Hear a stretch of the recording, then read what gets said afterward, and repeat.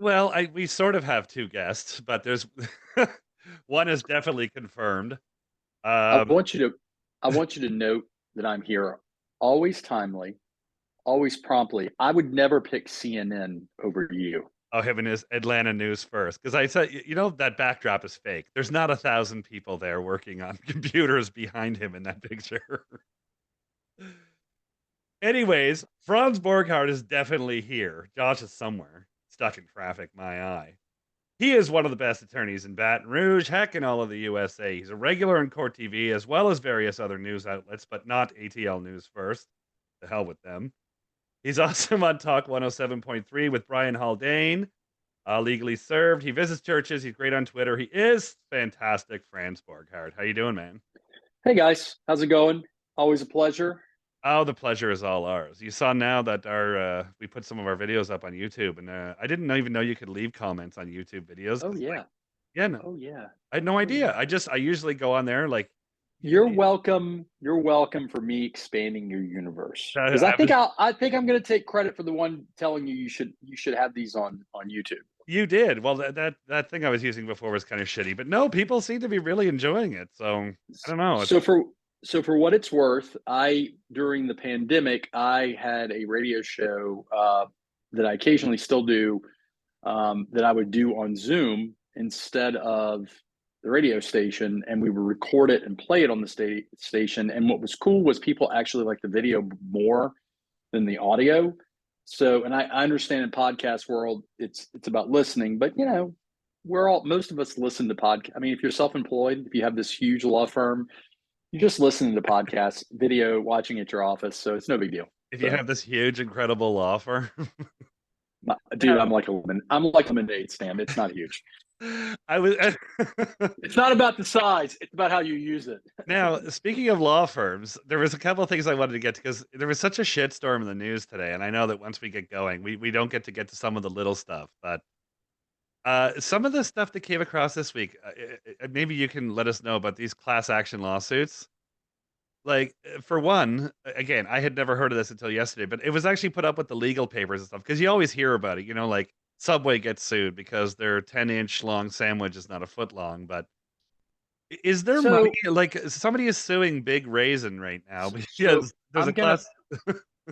I'm gonna preface what I'm about to say with some class action suits have very noble and necessary claims that are very big, deal with a whole bunch of defendants, and we need it because it allows us to pursue justice instead of piecemeal um, by consolidating, right? And then there are some things like you said that these were raisins, but they're not raisins.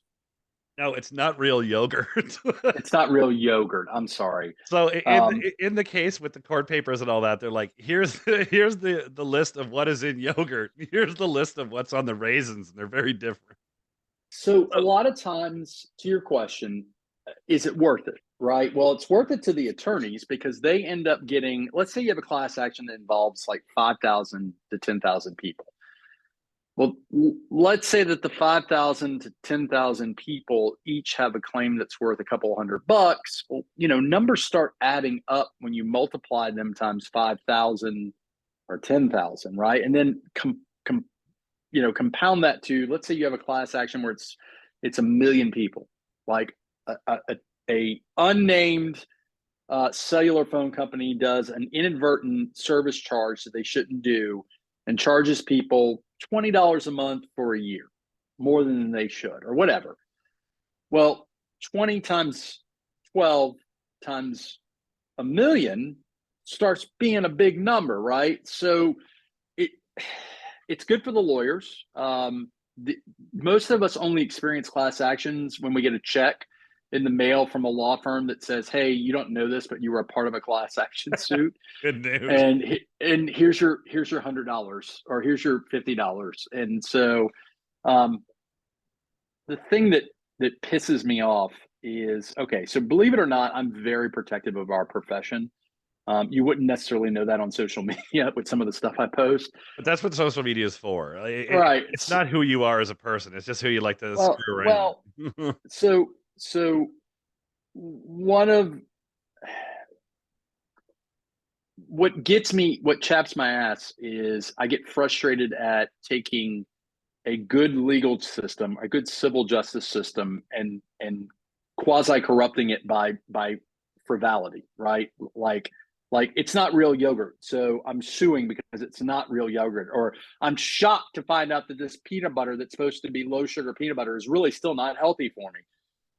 That is to say that it gets under my skin is now, now sometimes the issue is we just don't have good damages in a case. We may have all the I's are dotted, the T's are crossed. You have a claim, you have a valid claim, there's liability, but the damages may not be significant, right? The damages just may be like, hey, you know, the damage, you're damaged because a dog barked last night and you lost a little bit of sleep. That's not a lottery ticket, right? Yeah. So yeah, that's just the legal system where it is today. That's why I like that's why I like the criminal justice system. There's no more noble game, big game than human liberty, right? It's not about money, it's about human liberty. So, or at least that's what I tell myself to sleep at night. So yeah, big giant class action suits. Some of them are frivolous, some of them are amazing, and as it is with many things, the lawyers are the ones who win in the end. Does that waste your court's time, or that's just a general? That's just something that kind of gets knocked out in a boardroom over some point, and then they, you like you said, they just send everybody $100 and they hope it Well, goes away. the companies that are the defendants will litigate these heavily because it's not just $100 for the company; it's $100 times a million, right? Yeah. So they'll fight these tooth and nails. But what's interesting about your question is a lot of courts around the country will have special what they call mass tort courts, where the courts are designed for basically mass torts or you know what we're talking about. And those courts are special courts where you know class actions are had in those courts, so it doesn't really muck up the criminal docket, it doesn't muck up the other civil docket. Still have to have a judge handle these things. You still have to have a court handle these things. It's just there's ways of dancing around that to where it doesn't, you know, BP oil spill, for example.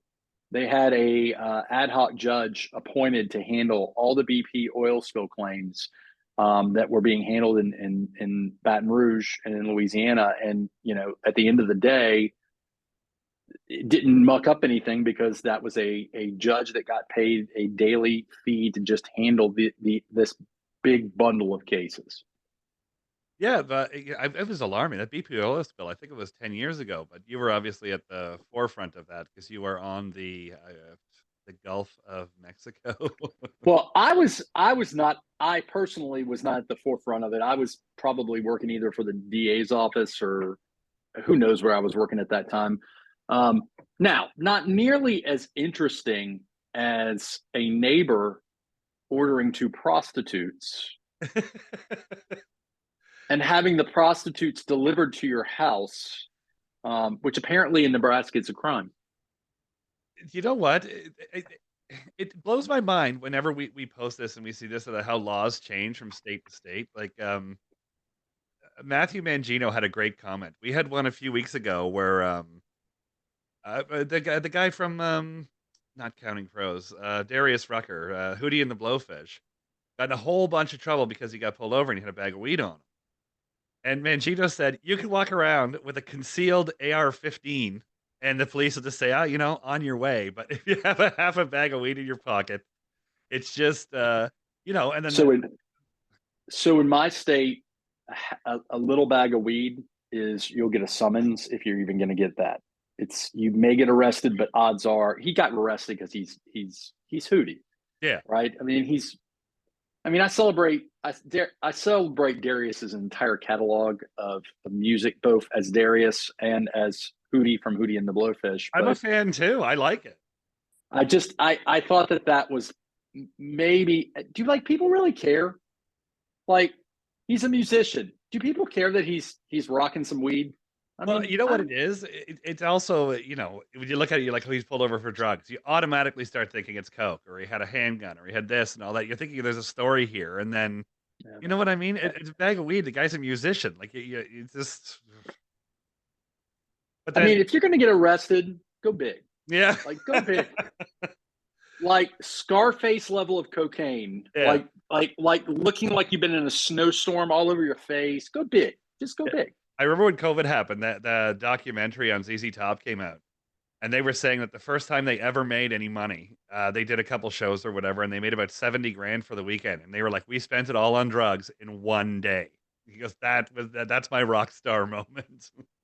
I was just so I've been to multiple ZZ Top concerts live. I'm a big fan of ZZ, and I was just listening to one of their songs that's under appreciated. The I've got to get paid um, cover, and I mean, if you listen to their songs, some of their songs they're talking about doing some shady stuff, right? So yeah, that doesn't shock me at all. You know I what? mean, I'm not entirely that familiar with the ZZ Top, like obviously the hits, but like that being said, Hootie, a lot of the good songs in that are a little bit deeper into the catalog. They're not, Let Her Cry and that cover. look, you can't be Darius without a little bit of weed. I'm just saying, you can't be Darius without a little bit of weed. You And look like so, a guy that would smoke weed. What, is the ZZ Top one of the best concerts you've ever been to? I can't imagine they put on that great of a show. I mean, I like the music. so actually, so believe it or not, I am a huge music fan, but I don't do concerts a lot because I crowds, loud noise. It's just not my thing. Some of the best concerts or more recent concerts I've been to ZZ Top twice. Their shows were actually very long shows. They even at a right before the bass guitar player died. Their shows were amazing, very affordable, very reasonably priced. I've got done Garth Brooks a couple of times. That's kind of a thing down here, Garth Brooks. Um, Elton John put on a pretty decent show. He always But does. When he toured with Billy Joel, we tried to get tickets and couldn't. And then they played a theater up here that only had like 2,500 seats, but the tickets, I think the cheapest seat was like $2,200. so who's more popular in that on that bill? Is it Billy Joel or is it Elton John? It's Elton because Elton's still sort of active. Like I just heard, Billy Joel just dropped a song last week. It's his first single that he's put out in like 22 years or something, I want to say. Well, so I guess you get to a point like with music, like ZZ Top. I got the impression they weren't cutting new albums. I got the impression they needed the money. Like drugs ain't free. They needed the money, right? Yeah, well, Um, especially like we've talked to like some musicians and stuff like that in the last while. And they're all like, I've heard rumors that when Jennifer Lopez and Steven Tyler took the American Idol job, that they were both, in a little bit of financial stress because, okay, J Lo can go out and do a bunch of appearances in a couple of movies and make $15 million, but the next year she might make nothing, and that doesn't mean that right. you're not doing car payments and house payments and this, that, and the other thing. So it does. You could have you could have $100 million. Look at Allen Iverson. What did he go through? $450 million in 4 years. Oh, I would. Let me tell you, if I had that much money, I would definitely go through it in that many years. It would be.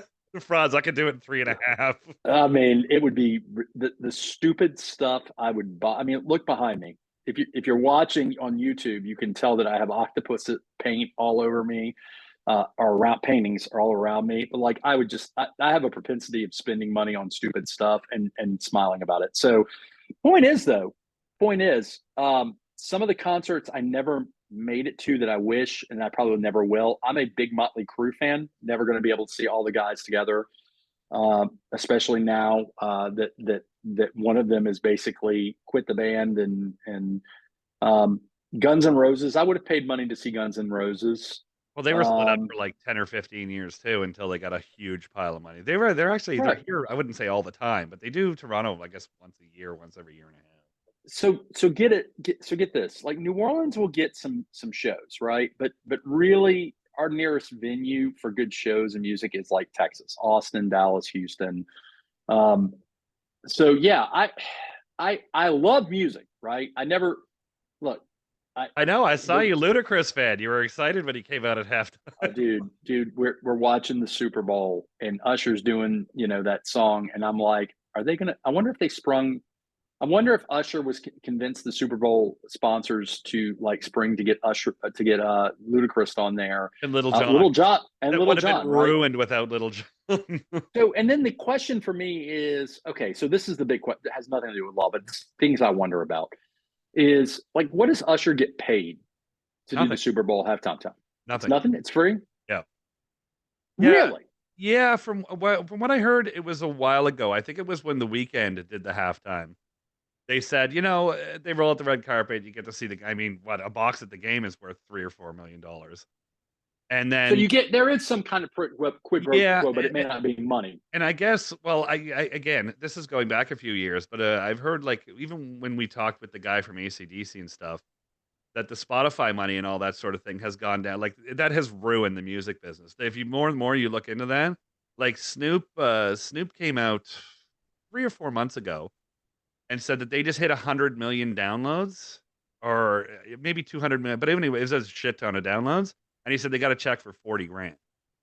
So he said, Hmm. like that sort of thing. So I guess that was tied into you do this, and then they promote it 3 months ahead of time, and you get more downloads through this, that, and somehow it So puts money in your pocket. as a consumer, so I used to be the guy who bought albums, right? I Me love buying too. albums. Yeah. I used to buy albums on Apple.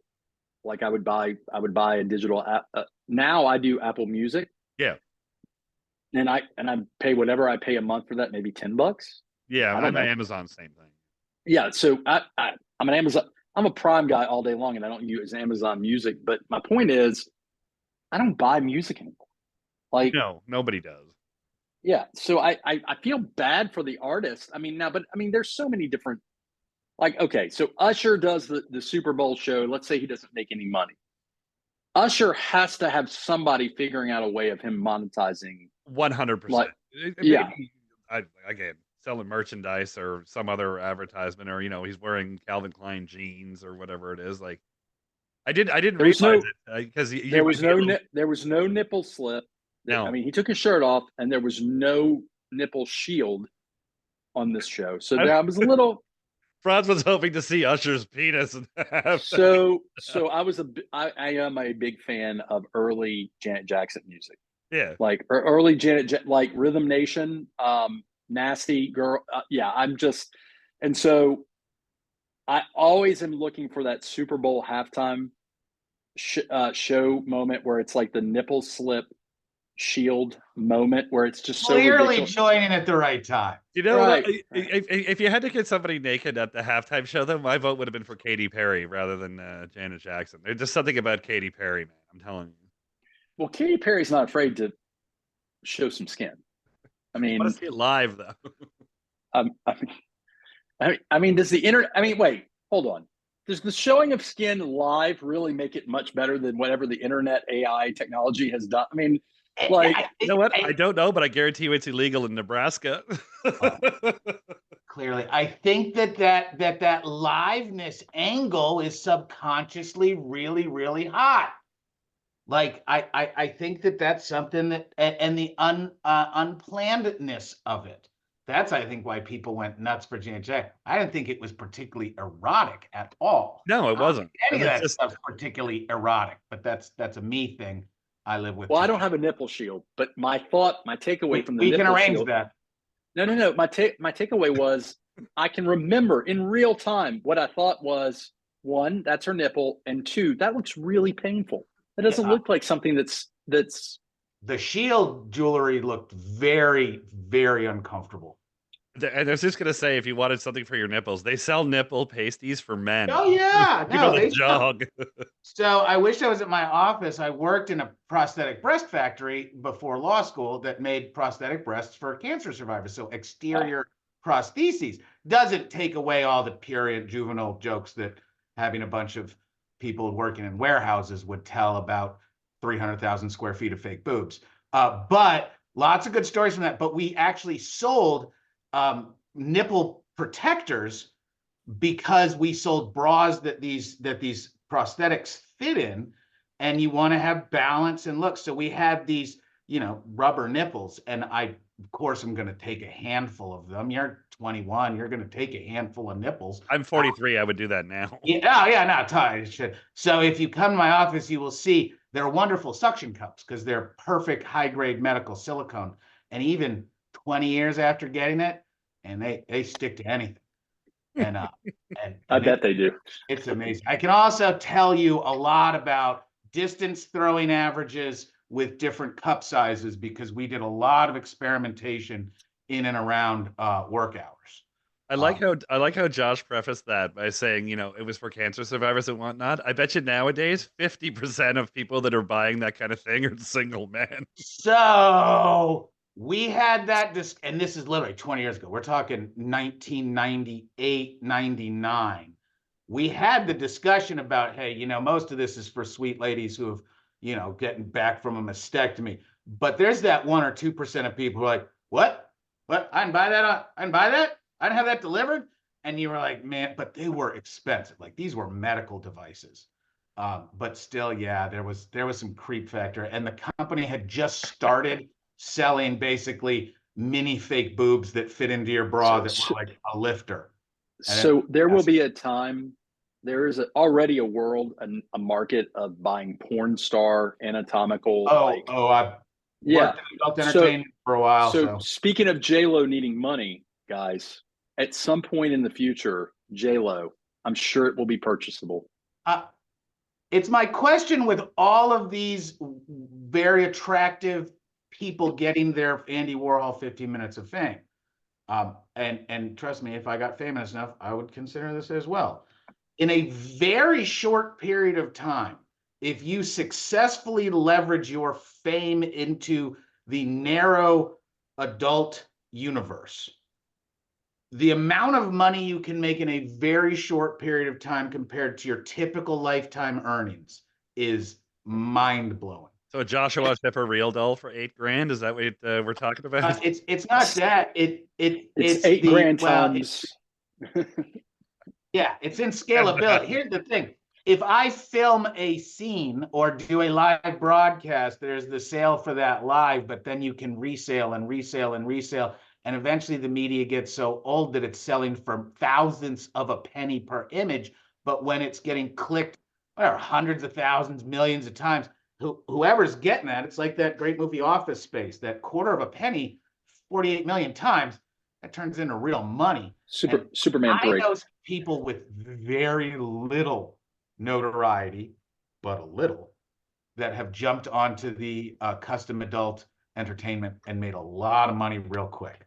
And I don't have a problem with that. I think that's kind of empowering as long as we're avoiding the exploitative stuff. You're allowed to exploit yourself. So this is why Snoop Dogg may not make a lot per album anymore, but I would absolutely pay for a birthday greeting from Snoop Dogg. And multiply that times hundreds of thousands per day, per year, that's whatever. What George Santos, the congressman guy from New York that just lost and they flipped the district in New York. When he left the Congress, he was doing cameos. And like Jimmy Kimmel ordered them. And man, doesn't take that long at $400 or $500 a pop. If you're doing work for less than 5 minutes, I've bought a cameo for a friend of mine's birthday from a D-level celebrity, and it was the best $150 I'd spent. The guy totally went nuts. Everybody laughed about it. We still play it every once in a while. It's awesome. This poses a question. I just wanted to jump in quick. For my 40th birthday, my family got me a cameo from Lisa Loeb, the musician. Kurt Angle. Totally. American hero. Was gorgeous. Yeah. But yeah, just one last thing before Franz talks was when Cameo first came out, the first 6 or 7 months, I can't remember his name, but the bigger, the fat guy from The Office, he was the I don't remember his name, but he was the first person on that site to clock $1 million in under a year. Yeah. So this is the question I have. This is the questions I have, or the question I have for the Cordies and the Cordiverse out there. If I don't know that we're D-level celebrities, Josh, whatever. I don't consider myself a celebrity, but regardless, if Josh and I started not a GoFundMe page, not a OnlyFans page, what if Josh and I started like a Cameo? What do you think I or Josh or I could sell a cameo for? Not a lot, right? $10, Like $20. $10. No, do you know 20 what? bucks is, to quote somebody, $20 is $20. $20 is $20. You know what? Don't I don't have it in front of me, but they do go as low as like $1 or $2. But those are for like Twitch Oh. streamers and stuff like that. The fact that you guys are on national television, That's kind of a thing. Like for a certain group of people, it'd be really cool and they'd really love it. And yeah. so I get it. And if anybody wants to cameo, really reach out. I don't think we're going to charge you as long as it's something real minor and small and easy. Well, See- sorry, Franz will and my partner Doug. Dude, I have an organic little beast, an 8-year-old beast in the other room who eats They wanna and go to doesn't college. contribute. I gotta say, He you wants still to go- eating that thing? Hey, keeps growing on you. Worst Oh, case dude. scenario, he wants to go to a good college.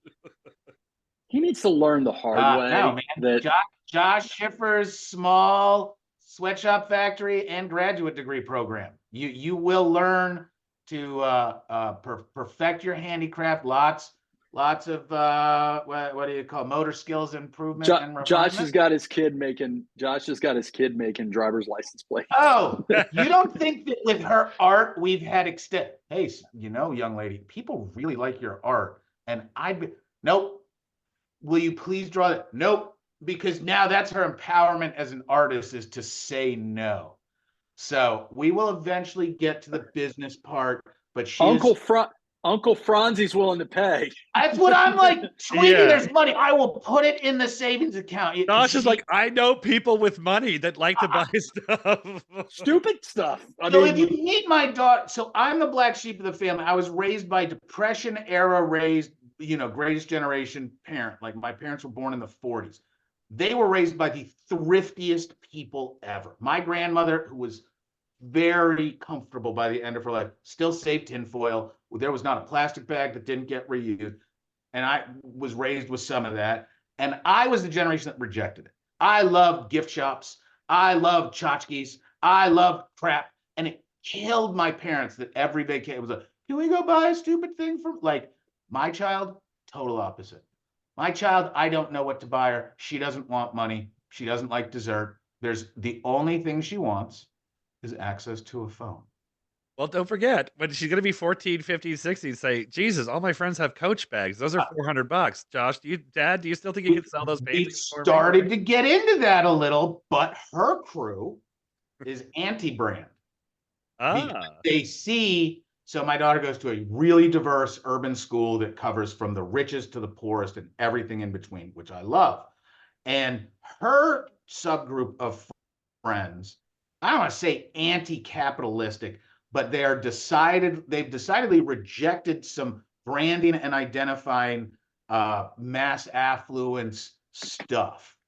Until she wants a Range Rover for her 16th birthday. Yeah, it's kind of where I'm like, all right. And at some point here, you're gonna be like, but Dad, it's not a Birkin bag. I told you I didn't want a purse until I wanted like a $30,000 purse. When they come to you, they say the car's normally $100,000, but if I don't get it loaded, I can get it for 96,000. So can you write a check or do we go to the bank?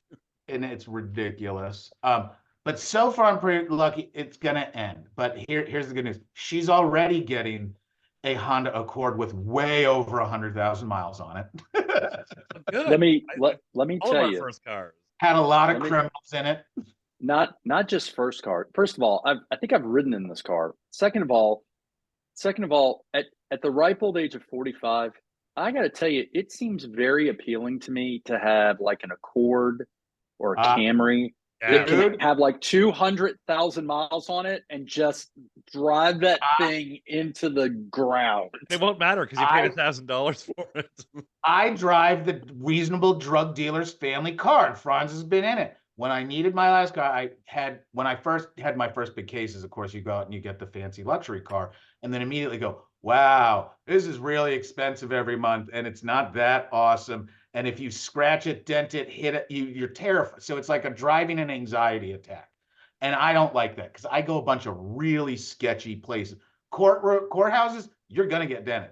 You go park with the great unwashed masses, you're getting dented. So when it came time to replace that car, I was like, all right, I want the family sedan, wanted a 4-door, ended up at a Honda dealership, and the sales guy talks to me, and like 3 days later, he calls me and goes, Hey, Josh, you're the only guy I'm even calling about this. Okay, whatever. No, really. You said you didn't mind a little bit of flashy and a really kind of odd car that doesn't necessarily fit you. I'm like, yes. I own a completely blacked out Honda Accord. And when I say blacked out, there is not a piece of chrome on the car. Or the badge, it is literally the blacked out total drug dealer mobile, black on black with black shiny wheels. Smells like probable cause. Yeah. Oh, it is rolling probable You guys cause. are the opposite of what the TV lawyer is supposed to be. You're supposed to be like, I got a fucking Lincoln Navigator. No, I got so many no, diamonds on the gear shifter, it cuts my hands when I put it in reverse. That's Chenko. Chenko has the giant Tahoe. Chenko has a Mustang. I have a Honda Accord and Truett Cathy's 82 Lincoln Continental. Those are my two vehicles. And the Honda Accord is, cops will check me out driving by and you will see them laugh because the last guy you expect to be in that car is this guy. And I'm like, hey, yeah, I'm your friendly neighborhood middle-aged drug dealer, and this is my family Accord sedan. It's the best drug dealer car of all time. There's pills in the console. Seriously, it is only because of this that I've not been rousted dozens of times. I say this though. Josh can get away with stuff because who is going to expect? Look at that face. Who's going to expect that guy? Like, Josh is the kind of guy you want to invite over to the house, give him some dinner, Yeah. you know. And the best way to disarm the officer when he comes up and be like, hey, dude, I'm so let me talk to you about all the other cops that I know. Cops. And it's like, dude, do you work with this guy or this guy or this guy? And then the next thing you know, it's like, oh, you're a pain in the ass, aren't you? I'm like, yeah, I represent a bunch of cops. Josh is like, drugs? I don't have any drugs. Do you guys Yeah, want to like talk about Little John? Drugs? Where can I get some? Like, come on. Like, you got like a lead? I need some clients, right? So, but that's, you know, I also, ever since I quit drinking, that opens up the speed-led foot. Because when you know, after several years of being an unbelievably reckless and dangerous drunk, which I was, which is part of my story. Thank God I never killed anybody. Thank God. After years of that, now that I'm 100% sober, I have no problem driving in a faster manner than I used to because I'm that much more in charge. Okay, Josh, I got a quick question for you before we talk about some news because we've got off the rails a bit. There's a little bit of news happening. Billy Joel or Elton John? Oh, Elton John by 10,000 fold. 10,000. And I like Billy Joel. Don't get me wrong. He's a great man. Some of his songs are fantastic. Elton John has a tie and a bind with Atlanta that literally goes to me personally. He lived down the street from me. Everybody that lived in Atlanta when he was here has Elton John stories, including me. The legendary one was his apartment. Literally, I drove by it every single day. You would all know that's where Elton lives. He spent more money on flowers, local services. Everybody loved Elton John, and he is a saint as far as I'm concerned. If I had tons of extra money, I would be at those series of auctions that are happening right now because they are selling off all of his Atlanta stuff, and it is an awesome set of catalogs to look through. I think they're at either Sotheby's or Christie's. But he had, so we had this one big old giant luxury condo. He bought 3 or 4 units and combined them together into a multi-floor thing at the top, where he had to bring a crane in to bring his art up the side of the building. So, one of the multi-bedroom apartments was just a closet. He took away all the bedrooms there and made it into just clothes storage. So much clothes storage that he had little waiting rooms in the maze of clothes because you'd get tired looking at all his cool stuff. So, affordable concert, still puts on a very good show for his age. I mean, like he's a show person. Like show. And sorry. He has enough in his catalog to where, I mean, even if he does a 10 or 14 song show, you know, average song 3 to 4 minutes, 90% of the general populace is going to be able to sing the majority of his content. Derek thought we were going to talk about law today. He Oh, also, uh, Elton does appearances anywhere in the world. $1 million, you get 3 songs, and you have to roll out the piano. He can show up 12 minutes, rattle that off, and Oh, yeah. Oh no, ooh, Elton's ooh. on the top 10 of my absolute favorite perform. Like he is, and it's because he has been really. Like, he's a great man to my city, see, and I just wanted to go back to when you were saying that they were auctioning some of his stuff off. Right before you got on, Franz and I were talking about Allen Iverson going through almost 500 million in 4 years. oh It sounds man. like if you guys had $450 million and we set you loose at an auction, you might walk out with it. Oh, there is a Uh, large remote piece of land in the American Northwest that has my name on it. There is a large boat and a small piece of land to dock it off of somewhere in the South. There's a mountain cat. Like I can spend a couple $100 million Santa. very quickly. So I would have a house in Santa Fe. Yeah, I could, man. Uh, Southwest. yeah, When we went to the retreat, whatever, 3 years ago, that was my first time in Santa Fe, and I was like, I get it. This yeah. is pretty awesome. The arts community, man, I spent a lot of time hanging out there. All right. Well, we do have to talk about some of the news. I didn't want to go to the Fanny thing because I figured that's still going to keep going on and on forever, and I know it'll lead up all the time. What I did want to talk about, which came up, we're talking a lot about this week, is the doctor being charged with murder and the Oh, baby the being beheaded decapitated during baby. delivery. Yeah. Now, a lot of the stuff that came up was like suing a hospital is not a run of the mill lawsuit. Like very different. Like not just so much about the deep pockets. It's about you It's know one it's one of the great fallacies of American conventional wisdom, all these frivolous lawsuits against doctors and hospitals. In Georgia and the vast majority of states, in order to sue a medical provider, it has to be what's called a verified complaint. A normal complaint is just me writing a complaint and saying, I'm Josh, I'm a lawyer. This is what happened on behalf of my client, Franz. Lawsuit. If it's medical and involves the calling into question medical judgment, not just I sign it. I have to find a doctor who is willing to review the facts and basically state to the court on their license, I'm a doctor, I've reviewed this, and this result falls outside the standard of care. And by the way, I'm going to be one of the witnesses involved in this, and every doctor around is going to know my name as being the doctor that helps other doctors get sued. And that makes medical lawsuits very rare and extraordinarily expensive to even think about bringing. So in Louisiana, we got reform. And so tort reform in Louisiana looks like this. To bring a medical malpractice suit, you have to go before a medical panel, okay, who panel of three doctors. They make a decision whether or not there was a breach of standard of care. You can still sue if they disagree with you, but nobody does that, right? You're gonna, I mean, but the defense is out front. yeah. So, and on top of that, there is a medical malpractice financial cap of $500,000 I was going to on get to any that. suit, and that is from the 90s. So there's been no inflationary increase since the 90s, like 97. So yes, we have medical malpractice in Louisiana, but I mean, a car accident, it's much easier, right? If you can get those cases. And you're So going to spend $200,000-300,000 minimum on bringing any kind of medical malpractice suit. Like, you understand, we regularly spend 10, 20, 30, $40,000 on non-medical experts. The moment I need to bring in an anesthesiologist, you're talking $5,000 for him to or her to literally look at the file and give you a non-written assessment. Like the $5,000. costs are unbelievable. So it's why when people call in, oh, I've got a medical malpractice, most lawyers are in the position to take a little bit of information that gets the client over the threshold.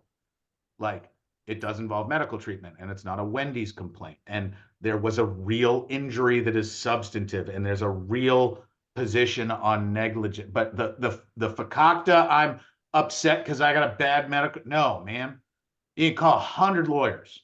They will all tell you, I'm sorry, you may have a case, but it ain't for me. Because no one's going to invest the time and money when, even if you do win, So in Franz's state, they're capped at 500. In Georgia, they're trying to do a 350 cap. In California, there's some outrageously low cap. I forget what it is. But our friends in California are like, no, we don't bring it unless it's a death and it's easy. Because no matter how much you win, it comes down. Your cap is set. You will never make another dollar over X because that's what the law says the maximum is, even if the jury awards it. Didn't recently Johns Hopkins had to cough up 200 million plus to one of these cases? That's the Florida case that got around some med mal because there were some crimes attached to that, and that comes into how you plead things properly. And Florida has some fascinating cap laws or lack thereof. Florida being a low regulation state. One of the offsets of low regulation is there's not a lot of caps, and you get a little bit more flexibility to go hit the big nuke verdict, and that's exactly what the lawyers did. But a lot of that has to do with picking your cause of action and how you're going to travel. So, it's not surprising that that's a Florida thing because it's kind of an anything goes. Yeah, Florida is a wild state when it comes to little to no regulation. Well, like libertarian though, right? So no, strong libertarian. Well, remember, you've got this old Florida, Protestant South white. Then you've got a really big influx of African Americans who have both been there from kind of the olden days, but then there was a lot of migration of African Americans because there's a huge entertainment industry there. There's a lot of food and bev. Then you had the Cubans, which were there already. My grandmother worked with Cubans in the 30s in Ybor City when they were already rolling cigars, and my grandfather was off at World War II, and my dad was born at the Tampa Air Force Base. But you've got this huge, very politically active Cuban and other Hispanic communities have migrated to Florida. Then you've got a bunch of new money. So Florida has some really fascinating politics. You can go from the most liberal to the most conservative by crossing a street, and there's very little zoning. So weird things are next to each other. Like it's why you drive down the big 4-lane and it looks the same for 150 miles. And it's just weird building after weird because there's no zoning. I'm pretty sure Franz has to bounce. Josh, you want to hang around for a bit, or you got? Oh yeah, absolutely, absolutely. Franz, I'm so sorry I'm late. No, Franz, we have lots to talk about too. Atlanta today was insane. Fani Willis's case. Oh my God, it was going so well for the defense. Then it didn't. There's a lot of really interesting factual things.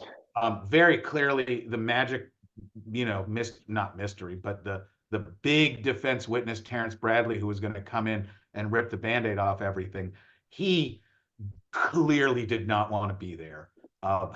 They pulled him out. I believe his colonoscopy appointment was why he couldn't be here. And the judge was like, well, he knew about this, and I get that that's important. So he's on the stand, does not want to be there, clearly getting pressure from all sides. And it is, you want to see awkward lawyering. That's some awkward. And it comes down to this. Everybody you talk with keeps records, and your phone, they can get it. And your texts, they can get it. And your privilege argument, man, that's subject to a lot of interpretation. And keep good records. I just watched them cross-examine him on, so you represented Mr. Wade as his divorce lawyer. You were also his law partner. Did you ever pay him? I don't remember.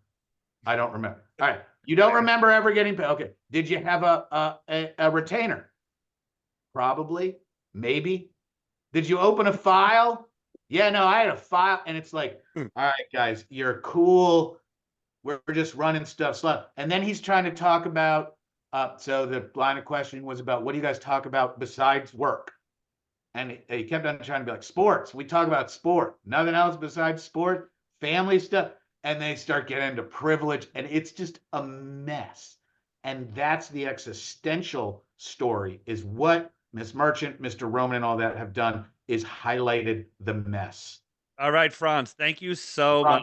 I promise you, I'll save a bunch of the meat on this bone for next week because there's no way we're going to be able to go. Well, we haven't covered anything yet. But listen, man, you have a great weekend. Thank you so much for joining us. And we'll talk soon. Josh, you're not going. All right, so now that Franz is gone, let me tell you all the terrible Franz. All right, I just wanted to go back to what you just said there. I thought it was great. when they were like, "Did you like money change hands?"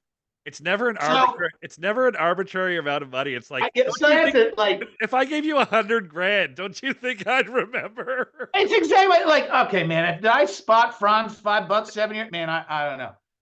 I remember the tens of thousands of dollars. Like Yeah, that's there's a threshold there with that. That's a lot of money. And are there lots of lawyers who do lots of favors for friends? Yeah, absolutely. Are there lots of lawyers who keep terrible absolutely. yeah. Lawyer But record that's a keeping is different. That's a a different animal disaster. altogether. So no one's surprised that he didn't do all the formalities handling his buddies. But you're in the middle of the most important political prosecution in the state, maybe nation's history. Like, A, you need to be prepared, and B, saying, I don't remember, I don't remember, I don't remember, at some point turns into, I'm not cooperating, I'm being evasive, I'm purposely not remembering to anybody listening. Now, this is interesting because it's in front of a judge. It's not a jury. Judges know all this stuff. Judge McAfee was a federal prosecutor, a state prosecutor in Sharp as Fulton, a tack. Yeah. a state prosecutor, and he may not be the oldest cat in the universe or the most experienced, but if you watch the testimony, evasiveness is something everybody can kind of be like, that's someone not answering the question straight. Yeah, Like, it's just not. we talked about that before with the Epstein thing when people were trying to get ahead of it with the I don't remember, and they were like, "You don't remember a guy sending a private plane for you and you taking another plane to meet it and going over to a private island? You don't remember that weekend?" You don't remember meeting, I don't know, former presidents, Yeah. like you remember stuff. I remember the big things from fifth grade, man. You don't forget some of these truly monumental moments in your life. And what happens is people, and it's the worst, the more educated you are. It's your doctors, it's your lawyers, it's your accountants, it's your psychologists, it's your professionals. They make the absolute worst witnesses. And that's, I think, maybe the takeaway because they think, and there's their problem. They're The smarter than moment they everybody. start, Yeah. it's not even I'm smarter, it's I know and I want to be heard and I want to be heard in this really specific way. And one of the trainings that Franz and I have a lot of fidelity to teach is if you're explaining, you're losing, because it's true. The Yeah. moment you have someone explain something to you, your brain identifies Yeah. that person's trying to change my mind. It's exactly like a stand-up comedian. If you tell a joke and nobody laughs, then you try to explain to them why it's funny. It just makes it worse.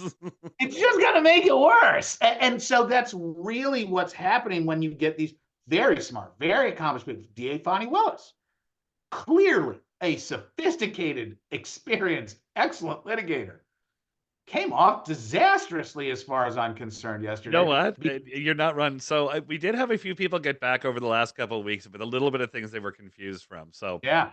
with Fani, with Fani, could you boil that down for me just to like rate entry All level? right. Like So just the what overall 10,000 happened and what happened today?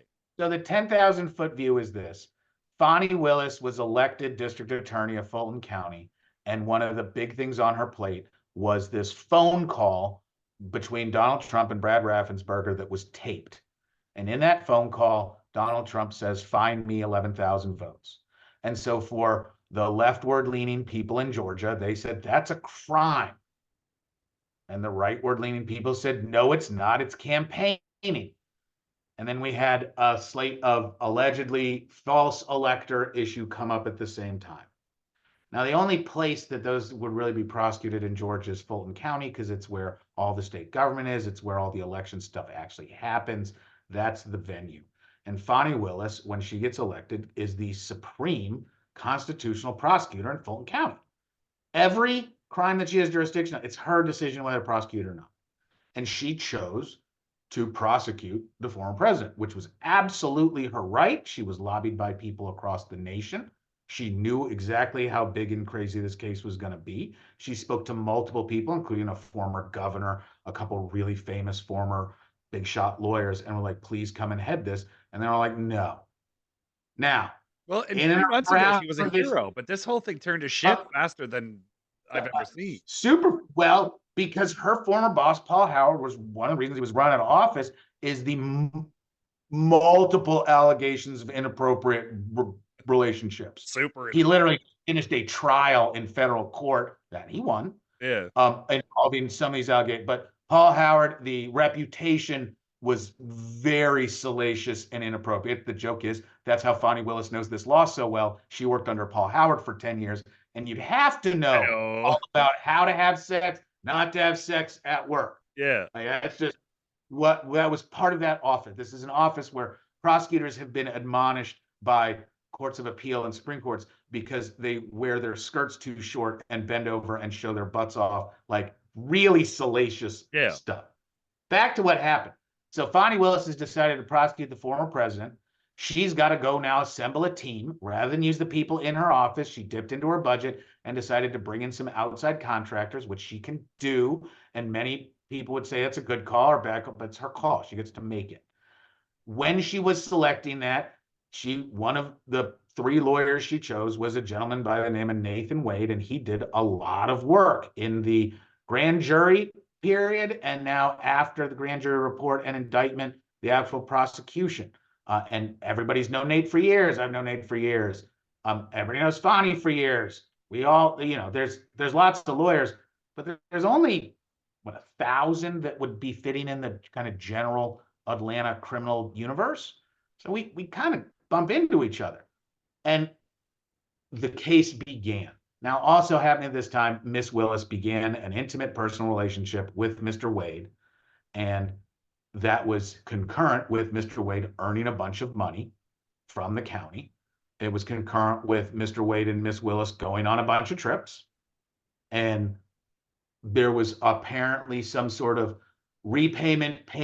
You're not allowed to get a benefit from any employees or anybody. Like, there's a bunch of ethical things, but the law is pretty clear about when a conflict will be imputed into the office. Yeah. Because if there's a conflict, the entire DA's office is off the case, and it goes and gets appointed to a new DA from another part of Georgia. So Miss Merchant, on behalf of Mr. Roman, found out, as was rumored, about this relationship, did some digging, found out that the dates involved weren't really what people were talking about, that there was a whole bunch more to the story, and more importantly, it looks like there was a lot of room and space for unethical/illegal shenanigans. Now, that's because Georgia's got a lot of laws, and adultery is against the law. Right. False swearing is against the law. We're talking about sworn prosecutors. They don't just have lawyer ethics. Yeah. Prosecutor ethics. And Fani Willis has DA ethics. Yeah. So there's a lot of ethics involved, but ethics aren't necessarily the law. They're ethics. She can get disciplined by the Georgia law, but yeah, but that's different than what happens on the case. Right.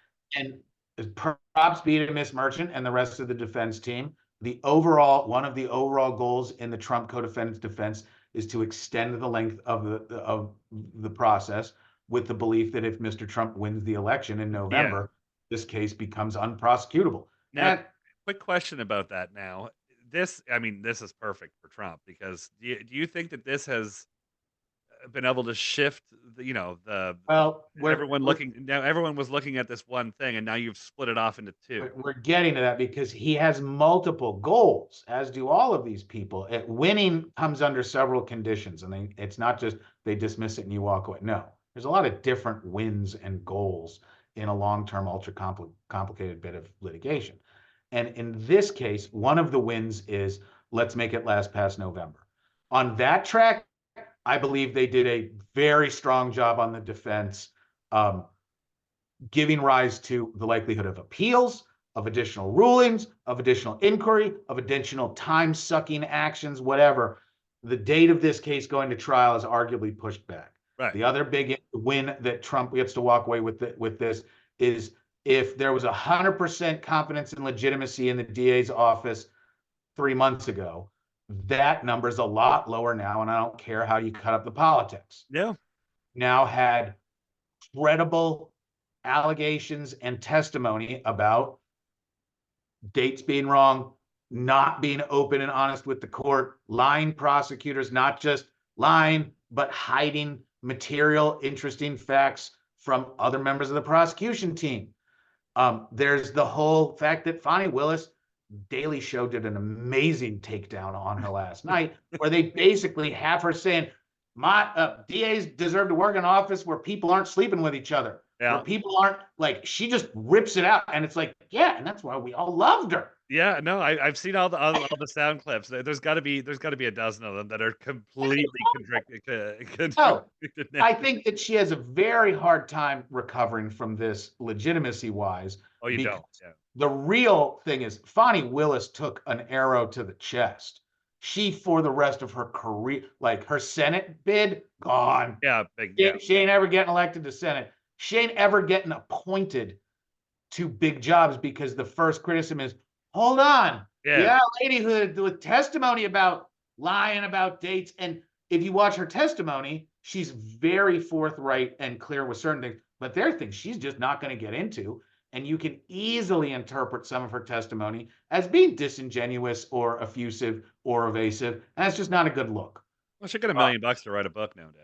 Yeah, well, that's the other thing, is she ain't gonna hurt for money forever, and she comes from a wonderful, successful family, Yeah. and she's made good money. One of the worst quotes from her yesterday is as she denigrates what municipal judges do. She literally says, "Yeah, I was making $100,000 a year and working 2 days a week, and it's the easiest thing I've ever done."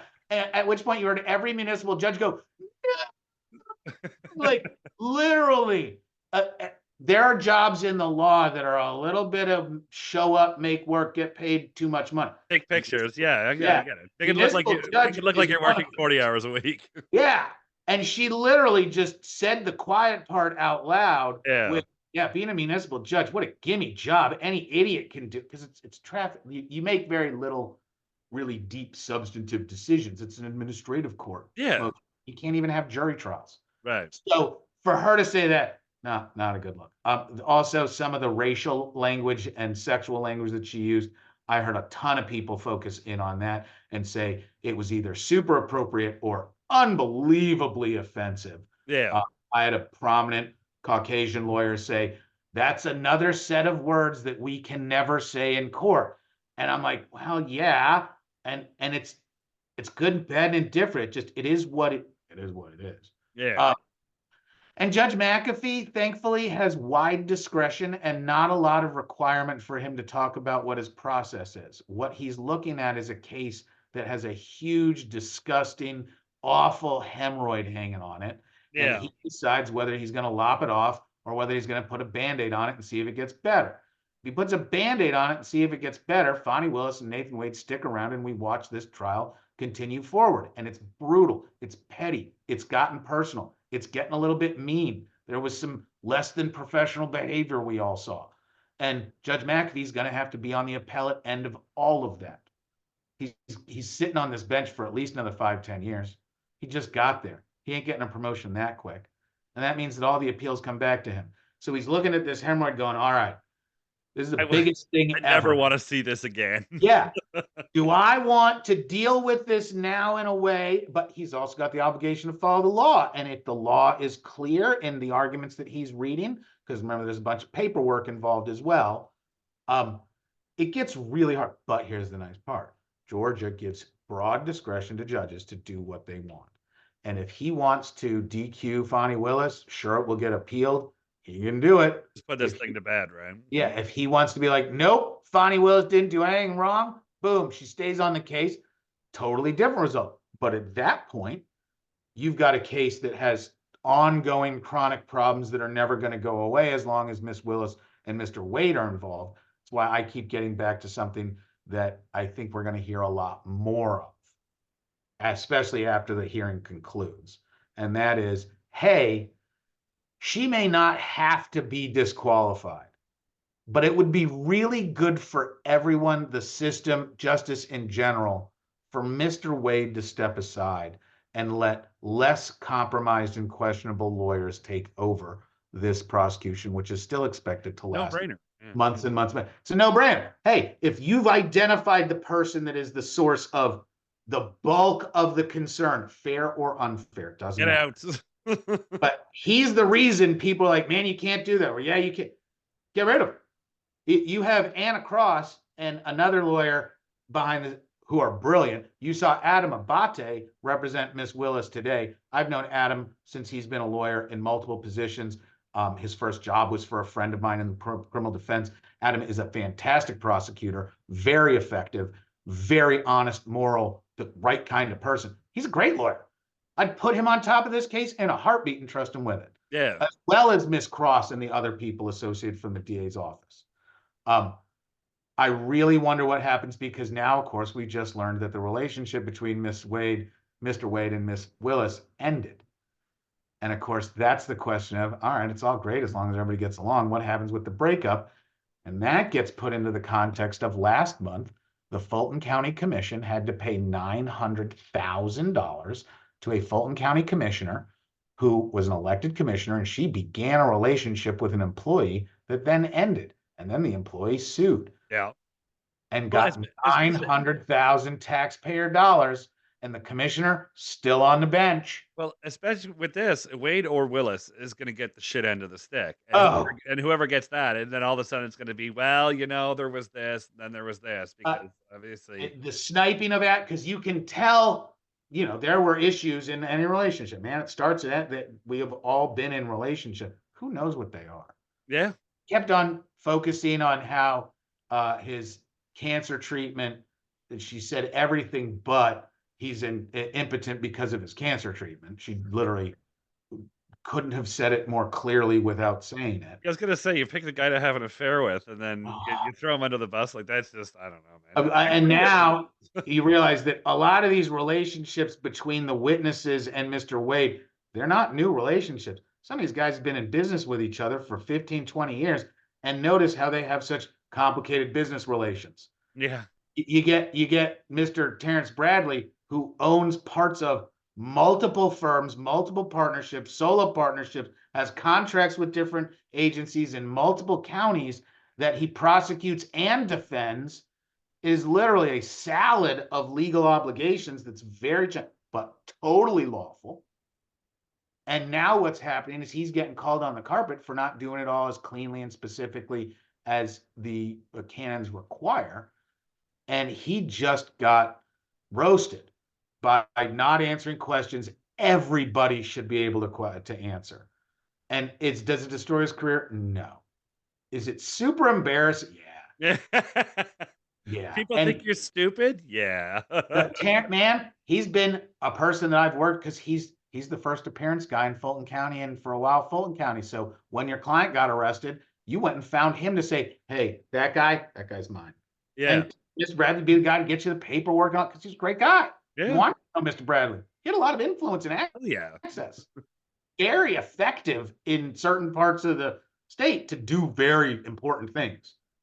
And now you've got the fraternity dynamic, which is very interesting, no matter how you slice that. There's obligations, there's swearings, there's business deals. That gets really interesting. It's a dumpster fire, and there's zero clarity left. And that's the win Trump's team was looking for.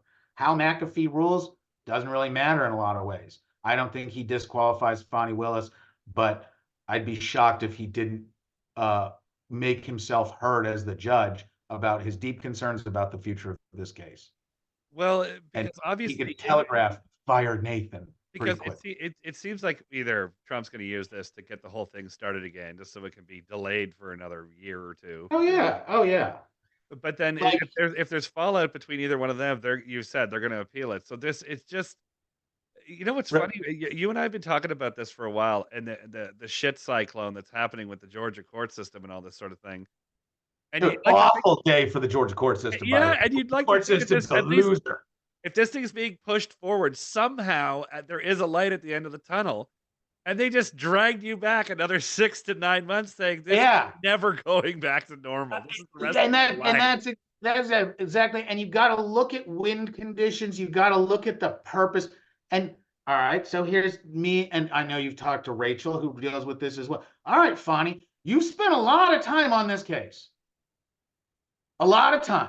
And admittedly, every single member of Fulton County in Georgia is ostensibly a victim. However, there's a jail filled with people waiting to get tried. Yeah. Fulton County had a hack attack, and all of the computer systems in Fulton County have been compromised. And last night or 2 nights ago, they started sharing confidential documents on the dark web from our court system. Now, that doesn't sound that bad until you realize that's all your personal identifiable information. That's all the cooperation agreements with criminal prosecutions. Yeah. That's the divorce and adoption records. That's the trade secrets. Yeah. It's not, oh yeah, we save it in a redacted safe. No, these are the raw these are the email accounts of everybody. And I know there's some interesting information. There are people who may be killed very justifiably from this hack attack. She ain't talking about that. She ain't talking about the fact that her Fulton County Rice Street jail is jammed. She ain't talking about the fact that at YSL, right before I got here, they just arrested one of the defense attorneys for gang-related charges. I didn't see that. Yeah, I texted you right when sorry for everybody, I was running late and stuck in traffic. But yeah, one of the YSL defense attorneys is in jail in Fulton County on drug or on gang charges. Oh, Jesus.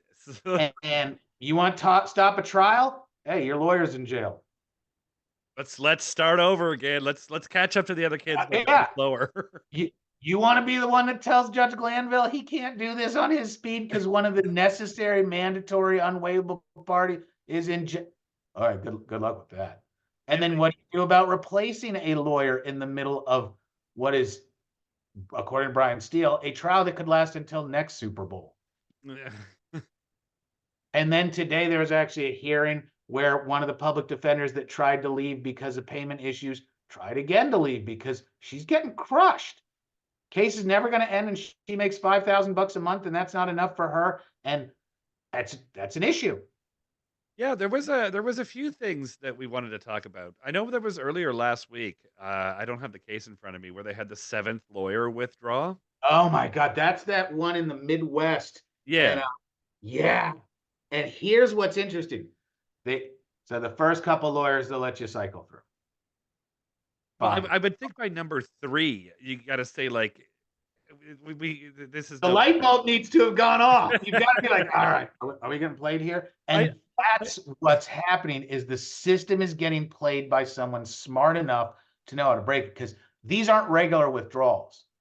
What's happened is this inmate has figured out a way to create an ethical issue, inject it into the relationship at their request, and it is so effective, whatever it is, that 7 lawyers in a row have said, I'm getting on this hard case with lots of problems and lots of never mind, I'm leaving. Yeah, they had a good look at it and said, oh, I fucked up. I got to go.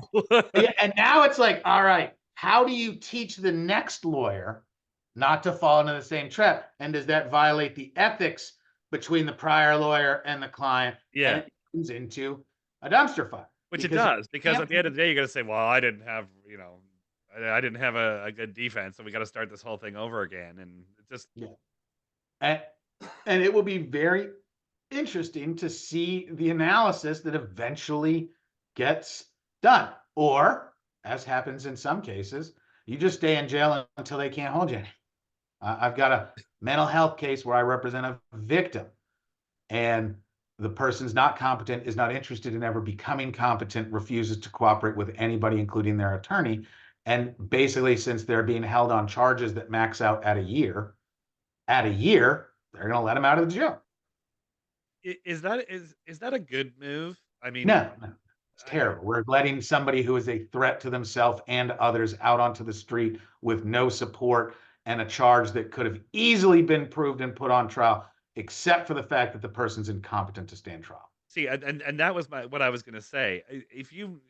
Let's say you're borderline incompetent, and you know well enough that you can work the system like that to say, listen, if they think I'm crazy and I wait a year, I can walk rather than go roll the dice in a sense.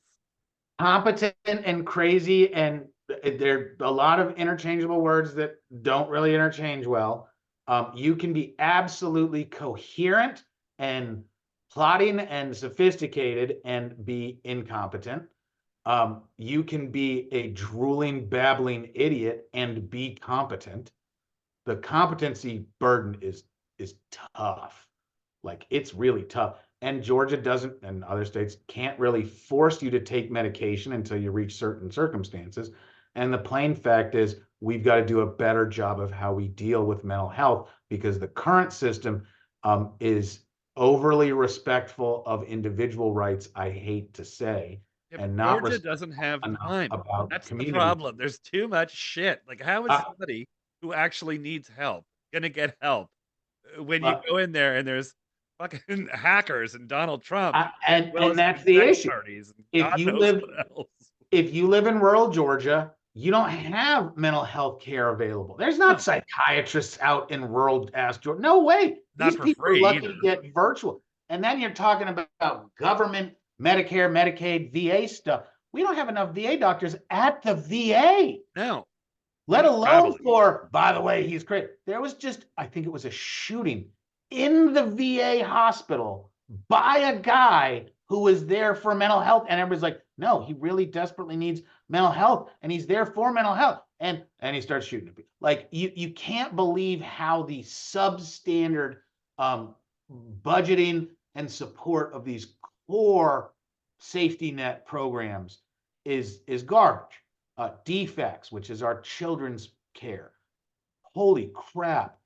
They take these kids out of horrific situations, and then because they're so busy, overworked, and can't get employees, they don't even know where they're putting the kids.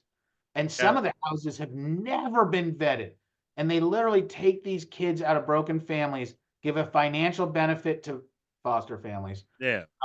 and sometimes that financial benefit far outweighs every other consideration in a horrible, gross way. And they put kids with known child abusers. Yeah. There's stories that will make you just want to shoot yourself. It is My, so impressive. my wife told me a statistic a little while ago that the foster care system in the United States, it is less than 1% of them will get a college education. Oh, the studies, everything you will ever read is that the moment defects gets involved in your kids' life, It's a down. yeah, It's an it's automatic downhill. Yeah, because here's it, you've already got parents that are struggling and may not be the most sophisticated. You're going to overlay them a level of monitoring and scrutiny that they're already not going to really do well with understanding or being able to apply. You had the financial issues because a lot of these defects programs and stuff come with additional financial responsibilities, school responsibilities, stuff where the parents just can't. And it is literally, hey, parent, you're struggling with your kid. Let me make it more difficult for you to parent your kid well. And if you don't do it the way we tell you, we're going to punish you by taking away your kid. And there's some really sick results that come out of it. There are parents that want to throw their kids into defects because, on another hand, we don't have resources for parents who are struggling to come out and go, hey, my kid is out of control and I don't have the capabilities yeah. to control them. And they literally say, oh, call the police. And then you're like, hold on, go have your kid arrested shouldn't be where the state starts assisting families with It's child raising. back. Yeah. Like, am I crazy thinking that there should be someone before getting your kid arrested that the government will send out when requested to help you control a youth who, by the way, all youths are incompetent. That's why they're youths. They cannot be held responsible because their brain's not developed. I was pretty incompetent as a youth. Oh, I was incompetent until my 30s. Like, you gotta understand, remember 20-year-old you and I how do. you knew everything and were still dumber than a box of rocks? I was Are you terrible human kidding me? being. I remember coming home and the memories of, at the time I was in college, coming home just the super smart college kid. What an ass I was. Yeah. Jesus, I would punch me in the face if I walked in right now. Yeah, What a me too. pompous, snarky idiot. Your brain ain't done in Yeah. your 20s. I do like that the government assumes you're an adult at 18, and I was like, Oh, it's not like it's a year or two off. It's not even fucking close. and really, have you done your fucking taxes, people? Come on, tell me. I went to school forever. That shit's insane. You will, and it's like, all right, how do you citizen when you can't, like, you just can't, it's too complex. And then we take people out of fragile, difficult backgrounds that may have 90% awesome, but 10% was real, whatever it is. And we throw them into adulthood and are like, by the way, you're totally on your own. There's almost no help unless you've got somebody built in. And the moment you screw up, Money, which you don't add poverty to that. we're going to destroy. Fani Willis, the most offensive thing to me, sorry to go back to Fani Willis, she talks about cash a bunch yesterday, and that was a hot topic because she apparently was told by her dad, who we heard from today, that you always needed to have 6 months of cash in your house, and that you always needed to have money in your wallet because racial issues, and women especially had to. And so she was creating this vision of a woman who carried a lot of cash all the time and certainly had available cash pretty regularly. And that gets into the fact she was apparently paying Mr. Wade in cash and not keeping any records. And of course, he didn't have any records, so just trust them, right? Right? Yeah. Now, she's a prosecutor who puts thousands of people in prison a year. Thousands. Yeah. The number of times where, and he had a large amount of cash in his pocket, and that's probable cause for a drug transaction. Yeah. He's Eric Andre, a world famous comedian, very famous entertainer, hilarious. He got that done to him at the Atlanta airport, where literally, black guy going into first class. Bet he's a drug. Why are you carrying all this money? Because I'm a super rich guy. Yeah. They were pulling people over. Everybody that pulled through downtown Atlanta got a speeding ticket check, where they were picking up anybody that had cash, mostly snowbirds going to Florida. I like that. Why are you walking around with so much money? And you'd be like, I don't think 10 grand is that much money. Yeah, that's why I have it on me. And that's exactly it, because so we've got the hip hop community and the country music community and the rock community who they're like 10 grand. I made 10 grand last, and I got 10 racks. Yeah. And then you've got regular Joes and Jane, where I bet if you go pick 100 people out and ask them what's in their wallet, 90% of them are going to have less than a couple $100. Yeah, I would say. Like I get shocking looks because I generally carry a couple $100 bills because I do occasionally get paid in cash, or when I get money from my bank, because I go to a private bank, they give it to you in hundreds. Like there's reason to have cash. Yeah, but if I pull out $100 bill in the deep South, everybody's like, the hell you get $100? But then if you go to Vegas or New York City, $100 bills are everywhere. Well, the good thing is in Vegas, you don't have them for long. No. They won't burn a hole in your pocket. They disappear very quick. Well, and you know that there's an active push to get rid of the $100. Yeah. Because it's used in fraud. And it's the most American currency is the most counterfeited currency anywhere, but the 20 and the 100. And we used to have bills that went up to literally $10,000 bills. They're still valid bills because it made it so easy to transport wealth in such a compact form. And public policy is supposed to prevent you from doing that. Otherwise, you turn into Arnold Schwarzenegger getting caught leaving Austria wearing a wristwatch that he didn't declare the taxes on. Yeah. And that's why when you talk about people smuggling, it's a legitimate thing. It's why Bitcoin and that kind of stuff is such a big deal, because I can send you, that filthy Canadian who is just, itching to invade, going south. 90% of Canada lives within 100 miles of the U.S. border. The army is waiting. But I can send you money with zero records or trace if I don't want to share it. Yeah. It makes the money smuggling issues of yore very different. And that it changed the game too, not just for drugs and all that, but I think we talked about this before, was that for as little as $6,000 in Bitcoin, you can order a hit on the internet. Oh, yeah. The dark web stuff, that's the Atlanta hack, is they're going to sell the information on the dark web. And apparently, this is from one of the reporters, literally showed on the web where they've got this stuff posted. Shit. And it is everybody originally thought when the hack happened, it had to have been related to YSL or Trump or one of the other major cases. Nope. Straight up ransomware, straight up, give us the money. We've got your stuff. The city of Atlanta got hit with one of these a few years ago and did not handle it very well, which is the tough part, because the book says don't negotiate. Yeah. Problem is, these guys just carry. They don't give a fuck if the info comes out or not. Zero. I'm going to anonymously post a bunch of shit and not get paid as much. So when the city of Atlanta had a similar, we lost police reports, 1,000 videotapes, like crime just disappeared. Yeah. Because there weren't records. And it's all fun and games until it's your case. And then it's like, I can't believe the government failed this much. And my question at that point is, all right, it's pretty foreseeable that if you run a municipal government, you're going to get a hack attack. You just are. It's every day. Where's the redundancy? Yeah. Where's the server A that runs the counties down because it got the hack attack like everybody knew we were eventually going to get? Steve, go turn on server B. Yeah. Let's get back to bit. The fact that we don't have that as close to indefensible as I can get. And I like the people that run this county. I'm friends with a bunch of them. I'm infuriated because my clients can't look up their cases online. That's pretty minor.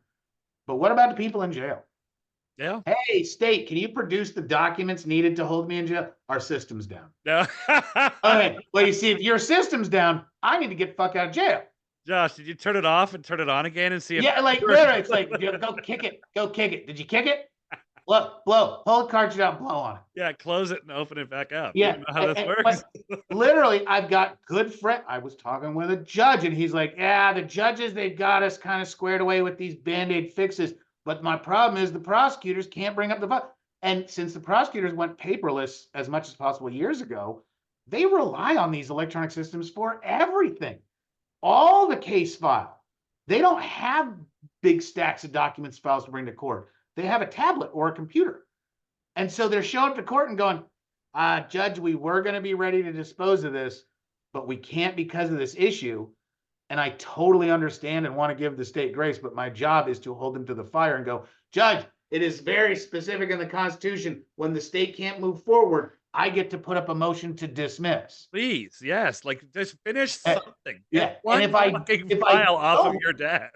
Yeah, if I don't, my client's like, you're a crappy lawyer and violating your oath to me to zealously represent you. Zealously representing it means something. Again, you can't Josh, sit back and go like, no, we're gonna be cool. It's funny that we've been talking about your court system the last couple of weeks with everybody. We're like, as it was today, we are way farther behind than we were 3 weeks ago.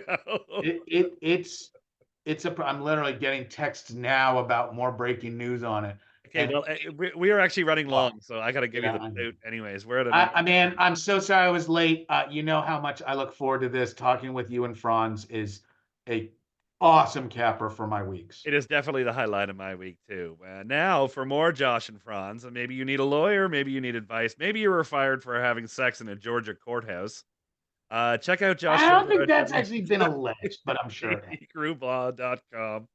On Twitter at Lawyer Schiffer, just Google it, Joshua Schiffer, for an extra helping of Franz Borghardt in Louisiana. Visit www.borghardtlawfirm.com or on Twitter at Borghardt Law, or just use the World Wide Web. Google it, reach out to me. Do whatever you want to do, Josh. Thank you so much. Thank you, man. Thank you all for listening. Please reach out to me on Twitter is my thing, the best vector to find me. I hope you're doing awesome. We actually had YouTube comments today.